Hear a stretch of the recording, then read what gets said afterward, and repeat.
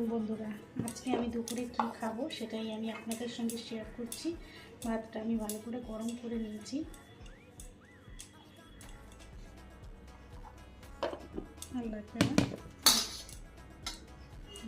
গুছিয়ে নিলাম। এখানে লাউ শাক বাটা,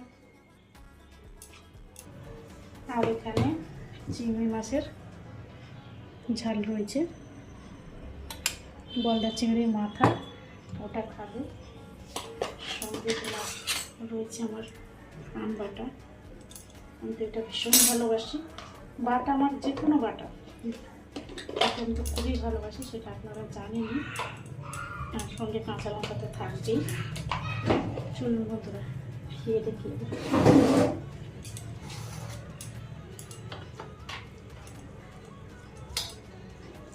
এই লাউ শাকের ভর্তাটাই আমি অনেক লঙ্কা দিয়েছি, আমি একটু ঝাল খাই।